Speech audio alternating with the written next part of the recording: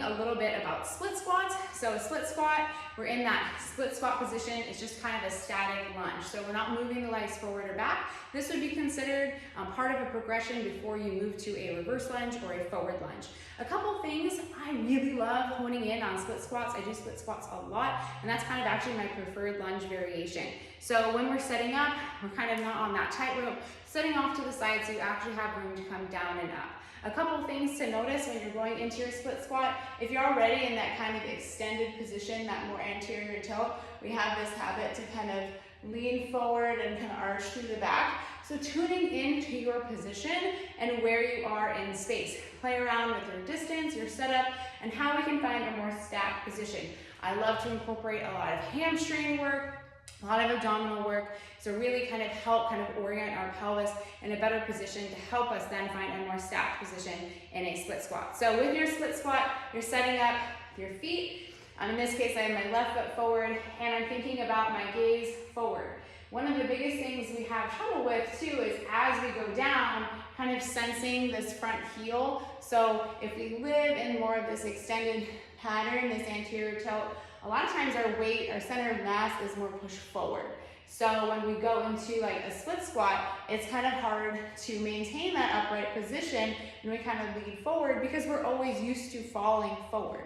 So one of the things you can actually do is use something, like I have a wedge, you can use a sock, it doesn't really matter, and kind of place that underneath the very back of the front heel, just so you can get a little bit of contact with that front foot and you can understand what it feels like to maintain that heel contact. So when you go down, you're maintaining contact with that front heel and pushing up. So if you're used to kind of more falling forward and being more knee dominant in your split squat, maybe try putting something just a tiny bit, not all on the heel, just so you can feel it, and then kind of going down and up. Maybe a wedge isn't the best option because I run into it, but use a sock, roll that mini band, just something where you can sense the wedge in front of you.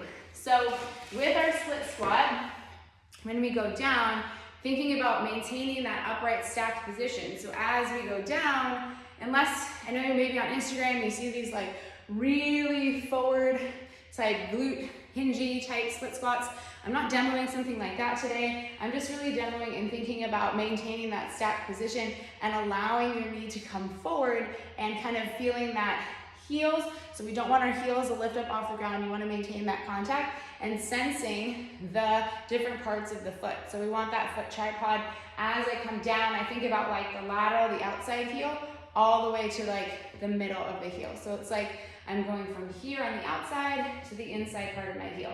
If that's kind of complicated to think about, don't worry. Just think about maintaining contact with your feet. So we think about an inhale down and exhale up. Inhale down and exhale up. You'll notice that sometimes I want to roll to the outside of my foot.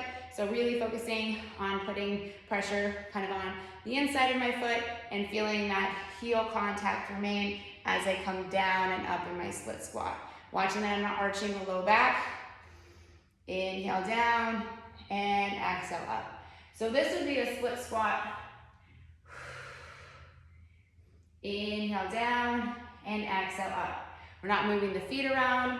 Now, if you are someone, like I said, that tends to live in this more forward anterior tilt position, you can see how something like a forward lunge might be challenging for you because you're already living in a forward position. A reverse lunge may also be challenging because you are more forward and you have to really get your center of mass back. So for someone who lives in a more extended position, I like to use a yoga block or an elevated surface and work on more of that front foot elevated so you can really get used to maintaining heel contact and allowing your center of mass to shift back in space.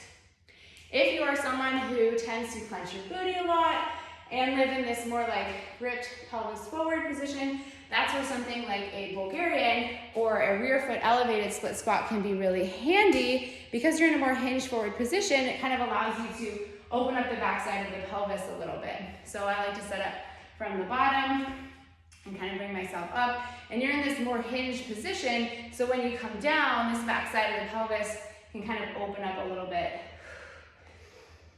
So that's where rear foot elevated versus front foot elevated can be handy, is if you are someone who is a little bit more extended, and really needing to get your center of mass back, you can elevate the front foot and come down and up. And if you're someone who tends to be more clenchy in the glutes, that rear foot elevated is really helpful, as you can do that little hingy and allow that backside to open up. Another quick thing is if you go down in your split squats and you notice that your knee kind of goes off to the side a little bit, so something kind of more like this, where you're coming down and the knee kind of comes out to the side, that back knee, that tells me that your big toe isn't really able to bend enough, so to speak, to make that happen. So you can take that same wedge and kind of like elevate your big toe a little bit, and then you can go into that lunge and see if that helps. So a lot of times what happens is your big toe is not able to get that movement, and so the leg kind of compensates and finds a way to get down off to the side. So a couple things we covered in the split squat. What a split squat is, essentially you're just in that split stance position, inhale down, exhale up, trying to maintain that stacked body position. And thinking about where the pressure is in your feet. If you're someone who is more extended in that anterior toe, maybe a front foot elevated would be a better option for you, so you can really work on getting your center of mass back in space. I sometimes do what's called the Zercher. I won't dive into that today, but this is essentially getting my center of mass back, staying heavy through the front heel and pressing up harder than it looks. And then if you're someone who tends to clench the booty and push forward, a rear foot elevated variation may be good for you because it's gonna allow you to kind of open up through the backside. That doesn't mean you can't do a combination of the two depending on who you are and what your body is. These are just some different variations to play with to allow your body to get a little bit more of what it needs. Now, progressing to a reverse lunge or forward lunge, definitely possible, but if you feel like you're really off balance doing the other two, or they just don't feel right, really stick to your split squat, hone in on position, keep doing what you're doing, and let me know if you have any questions. Hopefully this is helpful to just think outside the box when it comes to your split squats.